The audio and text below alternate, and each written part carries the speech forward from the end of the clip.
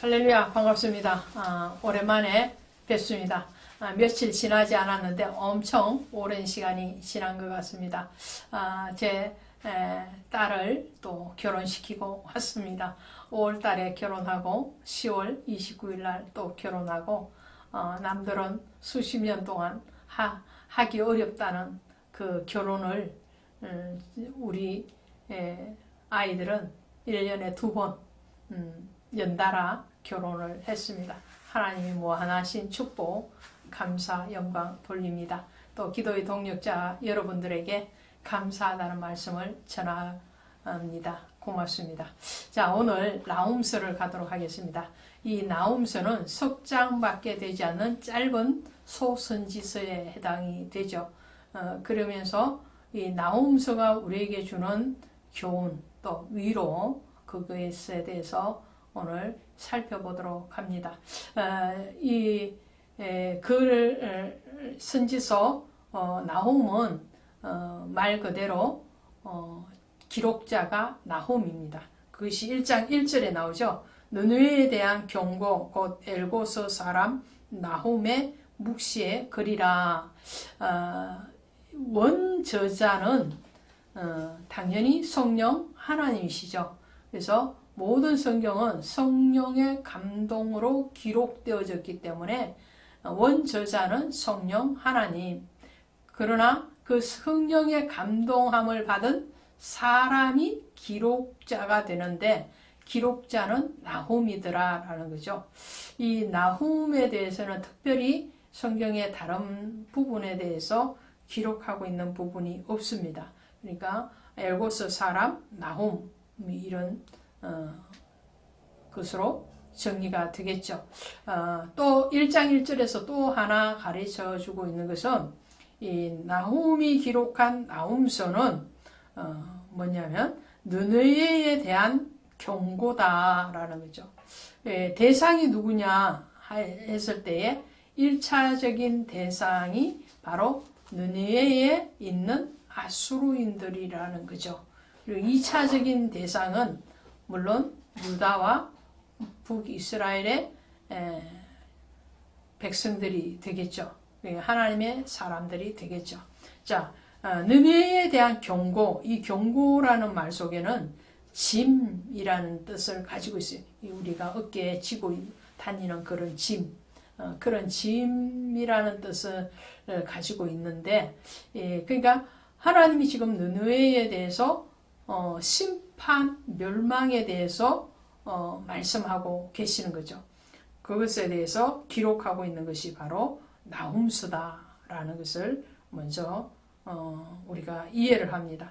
그러면 이 나훔서가 기록된 시기가 BC 663년부터 654년 근간이라고 합니다.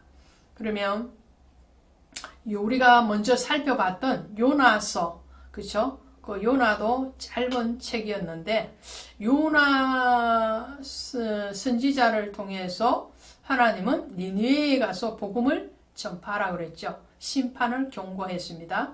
근데 그 요나의 그 외침을 들은 니느웨의 왕으로부터 백성에 이르기까지, 심지어 짐승까지 금식하고 회개하고 돌이키게 되죠.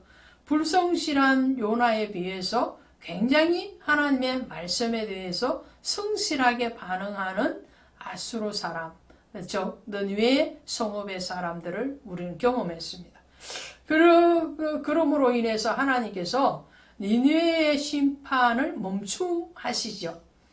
그로부터 지금 요나서의 그 역사적인 배경에서부터 나훔서까지 오기까지 약 1세기인 100년이 흘러갑니다.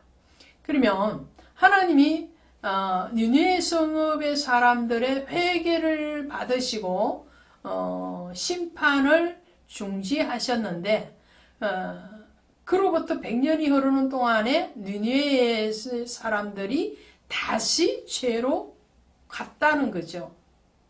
그러니까 다시 죄가 무르익어서 이제는 더 이상 돌이킬 수 없는 상황, 그 상황까지 온 상태에서 나훔을 통해서 하나님이 이 묵시의 말씀을 전하게 하시는 거예요.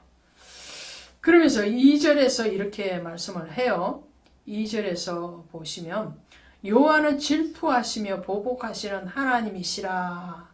여호와는 보복하시며 진노하시되 자기를 거스른 자에게 여호와는 보복하시며 자기를 대적하는 자에게 진노를 뿜. 지금 이 2절 한 절에서 계속 반복하고 있는 것이 진노, 보복 이런 말씀을 하고 있어요. 원래 하나님은 사랑의 하나님이시거든요. 사랑의 하나님이신데 지금 나훔서가 시작되면서부터 바로 진노, 보복, 심판 이런 말씀을 연거품 하실 정도로 니느웨의 죄악은 굉장히 심각한 상황에 와 있다라는 것을 알 수가 있겠죠. 그래서 2절부터 6절까지죠. 2절부터 6절까지 그리고 그 7절 한 절 빼고 8절 이렇게 아수르의 멸망에 대해서 말씀을 하고 있는 거예요. 멸망을 먼저 막 폭탄을 터뜨리듯이 지금 말씀을 하고 계시는 거예요. 그리고 그러면 그 멸망할 수밖에 없었던 이유, 그 이유가 바로 아수르의 악이죠. 니느웨는 아수르의 수도입니다. 그러니까 이 느네의 악이라는 것은 아수르의 악이라고 할 수 있겠죠. 그 악이 9절부터 11절까지 말씀을 하고 있어요. 자, 그러면 몇 절을 우리가 찾아볼 텐데 2절에서 진노, 보복 말씀하셨죠. 그 진노하고 보복하실 수밖에 없는 것이 바로 9절이에요. 너희는 여호와께 대하여 무엇을 꾀하였느냐? 그가 온전히 멸하시리니 재난이 다시 일어나지 아니하라.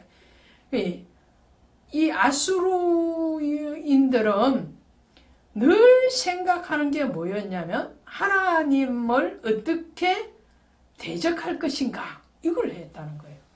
어떻게 하면 하나님과 친밀해질 수 있을까? 어떻게 하면 하나님과 소통할 수 있을까? 이걸 생각을 해야 되는데 반대였어요. 성경에서 악이라는 것은 하나님을 떠나는 거거든요. 하나님을 떠나고 그리고 하나님이 아닌 다른 우상을 가지고 와서 그 우상을 섬기는 것, 이것이 성경에서 말을 하는 가장 큰 악이라는 거죠. 오늘 니느웨는 그런 악을 행했다는 거예요. 그 악을 행하는데 11절에 이렇게 말해요. 여호와께서 악을 꾀하는 한 사람이 너희 중에서 나와서 사악한 것을 권하는도다. 이게 바로 아수르인들입니다. 니느웨 사람들이죠. 이 니느웨 사람들이 이렇게 악을 꾀하고 그리고 그 악을 행함으로 인해서 하나님은 진노하시는데 얼마만큼 진노하시느냐? 6절에 누가 능히 그의 분노 앞에 서며 누가 능히 그의 진노를 감당하랴? 그의 진노가 불처럼 쏟아지니 그로 말미암아 바위들이 깨지는. 얼마나 하나님의 진노하심이 강력하고 강렬했던가에 대해서 말씀을 하는 거예요. 불처럼 막 쏟아진다고 말을 하는 거예요. 이제 이 심판을 돌이킬 수가 없는 거예요. 이 심판을 돌이킬 수 없는 상황, 그 상황에 대해서 유다인들의 입장에서 보면 어떨까요? 유다인의 입장에서 보면은 위로가 되는 거죠. 위로.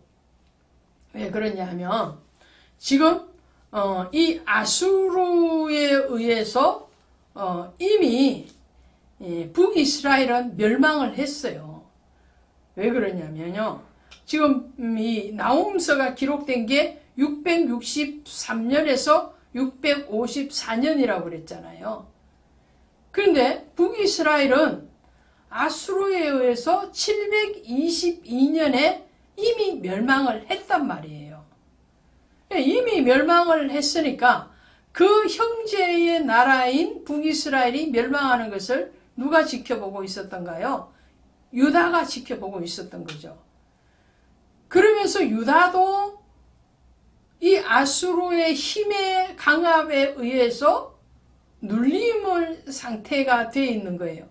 그래서 조공도 바치고요.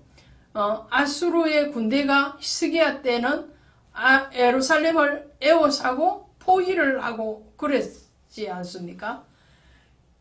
그러니까 유다도 언제나 이 아수르가 두려운 대상이 되어 있는 거예요. 언제 저들이 쳐들어와서 또 예루살렘을 포위하고 그리고 북이스라엘을 멸망시키는 것 같이 우리를 멸망시키고 포로로 잡아갈지도 모른다는 그런 불안과 초조함 가운데 있는 상태에 있는 이 유다인들에게 하나님이 나홈을 통해서 아수르를 심판하시겠다라고 선포를 하시니 유다는 얼마나 마음이 위로를 받겠어요. 그래서 이 나홈이라는 선지자의 이름의 뜻이 위로, 안위 이런 뜻을 가지고 있어요. 유다의 입장에서는 굉장히 이 나홈 선지자의 이 선포하는 말뿐만 아니라 그 나홈의 이름의 뜻 자체가 위로가 되고 위안이 되는 그런 상황이 되는 거죠. 그래서 12절에 이렇게 여호와께서 이같이 말씀하시 그들이 비록 강하고 많을지라도 반드시 멸절을 당하리니 그가 없어지리라. 내가 전에는 너희를 괴롭혀서는 다시는 너를 괴롭히자. 자, 이 아수르는 멸망시키고 유다에 대해서는 이제 너희에게 회복을 허락하겠다라고 말씀을 하시는 거죠. 그래서 15절에 보시니까 볼지어다 아름다운 소식을 알리고 화평을 전하는 자의 발이 산 위에 있도다. 유다야 내 절기를 지키고 내 소원을 갚을지어다. 이 아름다운 소식이 뭐냐니까요. 나홈이 선포하는 니느웨 성의 멸망을 얘기하는 아수르의 멸망을 얘기하는 거예요. 이 원수의 나라 아수르 우리를 늘 압제하고 위협하는 그 나라가 멸망하겠다는 것이 유다에게는 굉장히 아름다운 소식, 복된 소식이 되는 거예요. 복음이 되는 거예요. 정말 사단이 멸망하겠다는 것이 굿뉴스가 되는 거죠. 우리를 압제하고 우리를 힘들게 하고 우리를 괴롭혔던 그 원수가 그 사단이 예수의 발 아래 무릎을 꿇게 된다는 것은 엄청난 위로가 되는 거죠. 그래서 하나님이 유다에게 말씀하세요. 너희는 이제 절기를 지키고 소원을 갚아라. 그렇다면 역으로 말씀드리면 유다 백성들은 지금 뭐 하고 있다는 거죠? 절기를 제대로 안 지키고 있고 하나님 앞에 소원을 제대로 지키지 않고 있다는 거죠. 지금 너희가 절기를 제대로 지키지 않고 소원을 제대로 지키지 않는 것을 유다의 그 연약한 그 신앙이 아수르 때문이라고 핑계를 대고 있는지도 모르겠죠. 근데 그 하나님께서 그것에 대해서 위로하실 뿐만 아니라 권면하시고 또 한편으로는 유다에게도 경고하시는 거예요.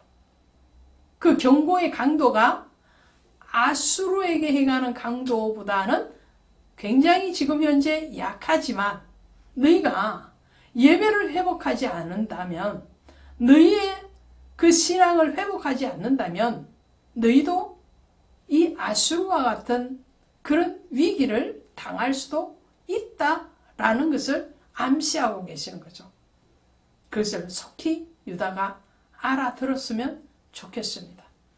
오늘 이 나라도 대한민국도 알아들었으면 좋겠습니다. 고맙습니다. 할렐루야, 반갑습니다. 비가 내릴 것 같은 꾸물꾸물한 날씨입니다. 날씨가 꾸물꾸물할 때 우리는 더 힘차게 일어나야 될 것 같습니다. 왜 그러냐면 날씨 따라 눕기 시작하면 끊임없이 땅속으로 가라앉는 그런 침체를 가져오게 되기 때문이겠죠. 자, 우리의 모든 일상이 그런 것 같습니다. 우리 일상이 믿음으로의 전진이 계속되어지기 위해서는 하나님의 은혜뿐만 아니라 우리의 어떤 의지적인 노력도 필요할 것 같습니다. 그 의지적인 노력이 소홀하게 되었을 때에 오늘 나훔서 2장에서 만나는 것과 같이 하나님의 심판을 경험하게 됩니다. 자, 이 나훔서 2장에 오시면 지난 1장에서 나훔 선지자를 통해서 선포된 아수르 니느웨의 멸망에 대해서 적나라하게 그 멸망의 상황에 대해서 묘사하고 있는 것을 보게 됩니다. 마치 하나하나 그 현장을 목격하고 스케치하듯이 그렇게 이 성경에서 니느웨의 멸망의 상황에 대해서 기록하고 있는 것을 보게 되는데요. 자, 2장 1절에 가시면 이렇게 되어 있죠. 파괴하는 자가 너를 치러 올라왔나니 너는 산성을 지키며 길을 파수하며 내 허리를 견고히 묶고 내 힘을 크게 굳게 할지어다. 이 굉장히 역설적인 말이기도 하고요. 또 어떤 한 측면에서 보면은 조롱이 섞인 그런 말이기도 합니다. 여기서 파괴하는 자는 메대와 바벨론의 왕과 군대들을 얘기합니다. 그러니까 하나님의 심판이 예정되어져 있던 이 느네의 멸망은 바로 612년 바벨론에 의해서 완전 멸망이 일어나게 되거든요. 그 바벨론의 멸망, 바벨론에 의한 이 느네의 멸망이 일어나기까지 당연하게 전쟁이 일어났겠죠. 그때에 메대와 바벨론이 연합전선으로 이 느네를 공격하게 됩니다. 그 공격했을 때에 그 공격을 받은 아수르인들이 이렇게 길을 지키고 산성을 지키고 또 파수하고 힘을 다해서 대항을 하겠지만 그 대항은 얼마 가지 못하고 무너지고 말 것이라는 거죠. 왜 그렇습니까? 전쟁을 이끄시는 이는 하나님이시기 때문에 그렇습니다. 전쟁을 이끈다는 것은 역사의 주관자가 하나님이시라는 거죠. 그 하나님의 주권 안에 모든 생명이 있을 뿐만 아니라 민족과 국가의 운명이 있다라는 거죠. 그러니까 우리는 사람에게 잘 보이고 사람의 비율을 맞추는 것도 필요악이겠지만 그러나 그보다는 더 하나님을 바라봐야 된다는 것을 성경은 누누이 말씀을 하고 있죠. 그래서 니느웨가 멸망한다는 것은 곧 아수르의 멸망을 얘기하고 그 아수르의 멸망은 야곱으로 통칭되어지는 이스라엘의 영광이라는 것을 말씀을 합니다. 왜 그러냐면 그 당시에 강대국이었던 이 아수르는 북이스라엘 남유다 전부를 괴롭히는 그런 나라였고 뿐만 아니라 주변의 많은 나라들을 침략하고 공략해서 자신들의 어떤 영토의 확장뿐만 아니라 그 영토를 얻는 것과 동시에 그 백성들을 괴롭히는 그런 사단의 속성으로 일했기 때문에 하나님의 진노를 받게 된 거죠. 그래서 2절에 보시니까 여호와께서 야곱의 영광을 회복하시되 이스라엘의 영광 같게 하시리나니 이는 약탈자들이 약탈하였고 또 그들의 포도나무 가지를 없이 하였음이라 그랬어요. 그러니까 1장 15절에서도 아름다운 소식을 알린다라고 말을 했죠. 유다야 내 절기를 지키고 내 소원을 지키라 이렇게 선포를 하신 것 같이 적국의 멸망은 곧 이스라엘의 해방을 얘기하는 거죠. 영적인 해방 또 육적인 해방을 통해서 하나님은 유다가 다시 회복되어지기를 요청하고 계시는 거죠.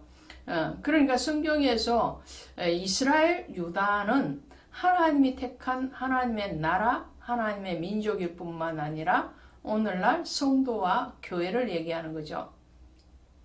그래서 신약에서 사울이 예수님을 믿는 자들을 찾아다니면서 핍박하고 고난을 주는 일에 앞장섰을 때에 부활하신 주님이 다메섹에서 사울을 만나실 때에 사울아 사울아 내가 왜 나를 핍박하느냐라고 말씀하시죠. 사울은 내가 언제 주를 핍박했느냐라고 반문하는 상황인데, 그러니까 예수님을 직접 만나서 핍박한 적은 없어요. 그럼에도 불구하고 예수님은 내가 나를 핍박한다라고 말씀을 하시거든요. 그것은 교회를 핍박하고 성도를 핍박하는 것은 곧 하나님을 대적하는 것과 같다라는 거죠. 오늘 아수르에 대해서도 그같이 말씀을 하시는 거예요. 너가 이스라엘과 대적한 것은 곧 나를 대적한 것이고, 그러므로 너는 하나님의 편이 아닌 사단의 편이라는 것을 말씀을 해요. 그래서 영적으로 보면 이 영토적이고 역사적인 의미에서 보면 분명하게 아수르와 바벨론의 전쟁이지만 영적으로 보면 하나님의 주권 아래에서 하나님의 백성들을 해방시키고 그 백성들에게 다시 회복을 약속하시는 그 약속의 성취라고 할 수가 있겠죠. 자, 그래서 3절에 보시니까 그의 용사들의 방패는 붉고 그의 무사들의 옷도 붉으며 이 그의 용사들이라는 것은 하나님의 도구로 사용되어지는 메대와 바벨론의 군대들을 얘기하죠. 메대와 바벨론의 군대를 하나님 들어서 지금 아수르를 치시고 계시잖아요. 이 이후에는 또 바벨론이 메데바사에 의해서 멸망하게 되죠. 메데바사는 또 로마에 의해서 멸망을 하게 되고요. 하나님은 그때그때 시적절하게 하나님의 사람 혹은 하나님의 나라를 지키시기 위해서 하나님의 도구로 일시적으로 적들을 동원하셔서 사용하시는 것을 보게 되죠. 자, 그래서 이 메대와 바벨론의 군대에 의해서 이 니느웨가 완전히 함락이 되어지는데요. 그것이 6절에 나와 있습니다. 강들의 수문이 열리고 왕궁이 소멸되며 정한 대로 왕후가 벌거벗은 몸으로 끌려가니 그 모든 시녀들이 가슴을 치며 비둘기같이 슬피 우는도다. 그렇게 말을 하죠. 그러니까 물로 의해서 이 나훔 선지자는 이 아수르가 멸망할 것이다 라고 예언을 하고 있는 것이죠. 이 실제적으로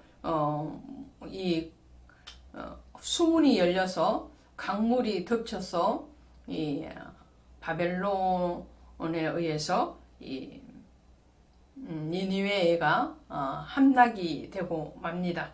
이 아수르는요 아브라함의 후처인 거두라의 후손입니다. 창세기 25장 3절에 가면 그렇게 나와 있죠. 그리고 이 니느웨에는 이전에는 굉장히 화려하고 많은 이민족들이 와서 조공을 바치고 또 연합을 했던 그런 강대한 아수르의 수도였다는 것을 한 번 더 말씀을 드립니다. 8절에 보시면 니느웨는 예로부터 물이 모인 목 같더니 이제 모두 도망하니 스라스라하나 돌아보는 자가 없도다. 물이 모인 목과 같다. 이런 말씀은 많은 이방인 민족들이 이 니느웨에 모여들었다라는 거죠. 니느웨에 모여들어서 그들이 정치적으로 결탁하고 연합해서 강대한 군대를 이루고 그 군대를 또 이곳저곳에 파견해서 작은 나라들을 함락시키는 그런 일에 연합전선을 펼쳤던 나라가 바로 니느웨입니다. 그런 니느웨가 이제 다 흩어진다는 거죠. 물이 흩어지는 것과 같이 그렇게 흩어져서 다 제 갈 길로 가버리게 되는 거죠. 그러니까 니느웨는 지금 외로운 형국에 놓이게 되는 거죠. 언제나 이 세상적인 권력은 그렇습니다. 힘이 있으면 모여들고 힘이 없으면 흩어지는 거죠. 그래서 사람도 돈이나 권세로 사람을 모으면 권세 있고 돈이 있을 때는 사람들이 모여들지만 그것이 없어지면 다 돌아서서 떠나죠. 그러나 영적인 힘, 여호와로부터 오는 그 성령의 능력은 그렇지 않다는 거예요. 그 성령의 능력은 가면 갈수록 더 많은 사람들이 빛 가운데로 나오는 그런 통로적인 영향력 있는 삶을 살고 또 역사를 이루어가는 것을 보게 됩니다. 13절에 보시면 이렇게 되어 있습니다. 만군의 여호와의 말씀에 내가 내 대적이 되어 내 병거들을 불살라 연기가 되게 하고 내 젊은 사자들을 칼로 멸할 것이며, 그러니까 이 아수르로 대변되어지고 있는 니느웨의 멸망은 하나님의 계획이라는 거죠. 메데라는 나라도 아니고 바벨론도 아닙니다. 하나님이 그 역사의 주관자가 되시는 거죠. 하나님이 택한 나라인 이스라엘 나라뿐만 아니라 주변의 모든 나라와 민족, 역사, 온 인류의 주권자는 하나님이시다라는 것을 말씀합니다. 아수르가 하나님의 백성들, 하나님의 민족을 괴롭혔기 때문에, 그리고 거기에 대해서 회개하고 돌이킴이 지속되어지지 않았기 때문에 하나님은 이 니느웨에 대해서 내가 너의 대적자다라고 말씀을 하는 것이죠. 그 대적자로서 주님은 지금 이 니느웨를 징계하시는 거예요. 그 징계의 범위가 지금 이제는 이 니느웨라는 이 성뿐만 아니라 아수르 전체에 미치고 있는 것을 보게 됩니다. 오늘 우리의 사랑하심이 어디에 있습니까? 여러분의 사랑함이 어디에 있습니까? 세상에 있습니까? 아니면 하나님께 있습니까? 오직 여호와 하나님만을 바라보시고 그분의 주권에 대해서 온전하게 인정하고 고백하고 또 순종되어지기를 주 예수의 이름으로 축원드립니다. 고맙습니다.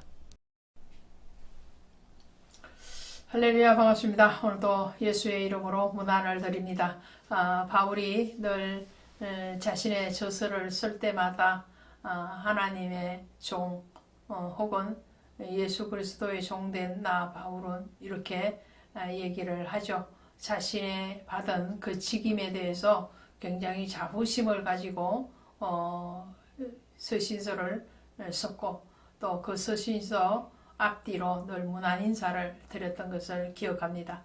오늘 제가 하나님 앞에 말씀을 받아서 그 말씀을 여러분들에게 전할 수 있는 그런 복을 받은 것이 감사하고요.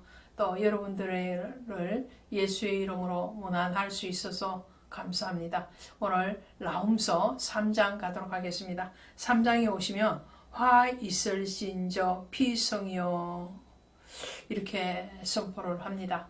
화 있을진저 예수님께서도 재난에 대해서 마지막 때의 현상에 대해서 말씀을 하실 때에 화 있을진저 이렇게 말씀을 하신 것을 우리는 복음서를 통해서 봤습니다. 그런 것 같이 이 화 있을진저라는 것은 굉장히 예수 그리스도의 심판, 하나님의 심판에 대해서 확정되어졌을 때에 탄식처럼 하는 말씀이 바로 이 화 있을진저이죠. 이미 이제 돌이킬 수 없는 상황까지 왔다는 것을 말씀을 하죠. 그것이 12절에도 이렇게 표현이 되어 있습니다. 너의 모든 산성은 무화과 나무의 처음 익은 열매가 흔들기만 하면 먹는 자의 입에 떨어짐과 같으리라. 그러니까 무화과 나무가 익었는데 너무 무르익은 거죠. 그 무르익어서 나무를 이렇게 흔들기만 해도 떨어질 정도의 그런 무르익음과 같이 그 죄악이 무르익었다라는 것을 말씀을 해요.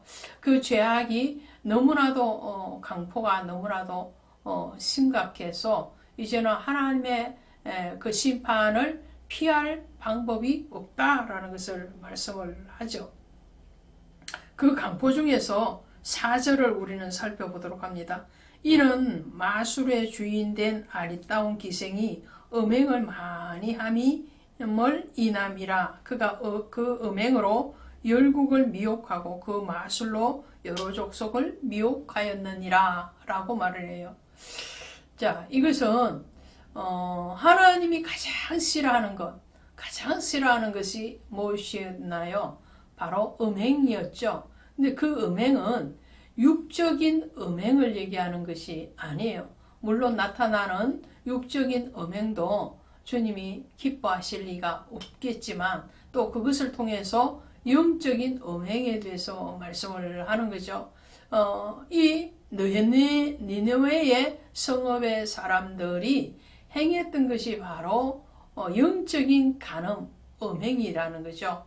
이 마술은 속임이 수잖아요. 귀신을 불러들이는 것이라 말이죠. 그 귀신을 불러들이고 눈을 속이는 것과 같이 하나님의 아닌 우상을 불러들이고 그리고 하나님 앞에 신부된 자의 자리에 있는 것이 아니고 하나님을 떠나서 다른 음부를 향해서 음행을 하는 것, 그것을 하나님은 가장 싫어하시고 또 그 죄로 인해서 이 아수르의 수도인 니느웨를 심판하시겠다라고 말씀을 하시는 거죠.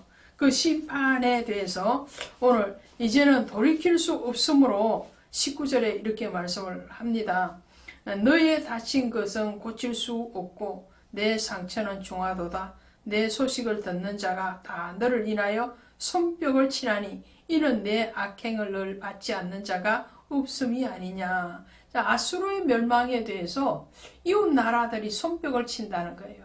그만큼 아수르의 힘이 있을 때에 그가 행했던 악에 드러나는 거죠. 얼마나 강포하게 행하였으면 또 도둑하고 또 음행했으면 이방 나라들도 이 아수르의 멸망에 대해서 기뻐한다는 거예요. 그러면 니느웨에 대해서 심판을 말했던 요나서와 나훔서를 비교해서 한번 우리 살펴보도록 합니다. 요나서와 나훔서는 시간적인 간격은 100년에서 길게는 150년까지 봅니다. 시간의 간격은 100년에서 150년 간격이 나 있는데 전혀 다른 결과를 가져오는 것을 보게 되죠. 첫 번째로 이 요나서에서는 하나님의 긍휼에 대해서 선포를 합니다. 그리고 그 긍휼이 선포되어졌을 때에 회개하라 라고 말을 했을 때에 이 니느웨 성읍에 있는 모든 사람들은 회개를 실질적으로 했다라는 거죠. 그런데 이 나훔서는 하나님의 긍휼이 아닌 하나님의 심판을 말씀을 해요. 왜냐? 아까 말씀드린 것처럼 무화과 나무의 열매가 무르익었던 것 같이 죄악이 무르익어서 더 이상 하나님이 긍휼을 베푸실 어떠한 소지가 없기 때문에 그 니느웨는 심판이 이미 확정되어질 수밖에 없는 상황 가운데 왔다라는 것을 말씀하죠. 그리고 요나서에서는 니느웨의 어떤 불순종에 대해서 요나가 예언을 하고 돌이킬 것을 회개를 촉구했을 때에 그 불순종에 대해서 인정하고 그리고 회개하게 되죠. 근데 나훔서에 가시면 이 나훔서에서는 회개를 요청하고 불순종에 대해서 말을 함에도 불구하고 이 니느웨 사람들은 회개는커녕 오히려 하나님 앞에 반역을 하게 됩니다. 하나님을 떠나요. 그 요나는 개인적으로 요나는 불순종의 선지자죠. 요나처럼 하나님의 말씀에 대해서 대놓고 불순종한 선지자는 없었다고 말씀을 드렸죠. 근데 나오면요, 하나님의 이 심판에 대한 말씀을 전하라 하는데도 그대로 순종을 합니다. 선지자는 순종을 했으나 나홈서에 등장하는 니느웨 사람들은 순종이 이루어지지 않았고, 요나서에서는 선지자는 불순종했지만 그리고 불성실했지만 니느웨 사람들은 성실했고 그리고 순종했다라는 것이 차이점이죠. 그래서 요나서에서는 순종한 니느웨 왕과 백성이 등장하는 반면에 나홈서에서는 불순종한 나라와 백성으로 기록되어지는 것을 보게 됩니다. 요나서에서는요, 물로부터 구원을 받습니다. 요나 자체가 물고기 배 속에 있다가 육지로 토함을 받죠. 그러니까 깊은 바다 속에서 육지로 구원을 받은 것처럼 니느웨 성의 모든 사람들도 구원을 받았습니다. 그런데 나홈서에 오시면 이 아수르의 나라는 무엇으로 인하여서 심판을 받느냐면 물로 심판을 받았죠. 그것이 2장 6절의 말씀, 2장 6절에 가시면 이렇게 되어 있습니다. 강들의 수문이 열리고 왕궁이 소멸되며 이렇게 되어 있죠. 그러니까 아수르의 이 느네가 있던 그곳에서 모든 수문, 물을 막아뒀던 그 문들이 다 열리고 터지고, 그리고 그 물로 인해서 니느웨가 흔적도 없이 사라져 버렸습니다. 그것은 그들이 하나님의 말씀에 대해서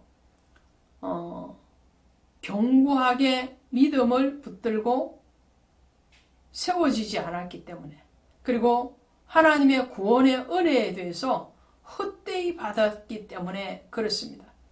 우리는 하나님의 은혜를 헛되이 받지 말아야 됩니다. 그리고 그 은혜에 대해서 지속력이 있어야 된다.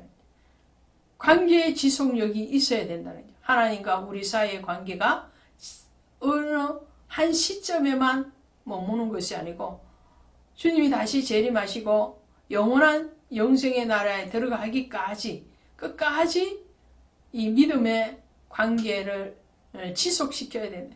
인내를 온전히 이루어야 된다. 인내로 너희 영혼을 구원받으리라 말씀하시잖아요. 그 인내함이 사람과의 관계에서도 인내가 굉장히 필요해야지 한 것과 같이 하나님과의 관계 가운데서도 하나님 앞에 믿음의 경주를 하고 믿음의 인내를 할 수 있을 때에 오늘 우리는 헛되이 은혜를 받는 자가 아니고 그 은혜를 귀하게 여기고 그 은혜로 말미암아 영원한 나라, 영원한 생명을 차지할 수 있으리라 믿습니다. 고맙습니다.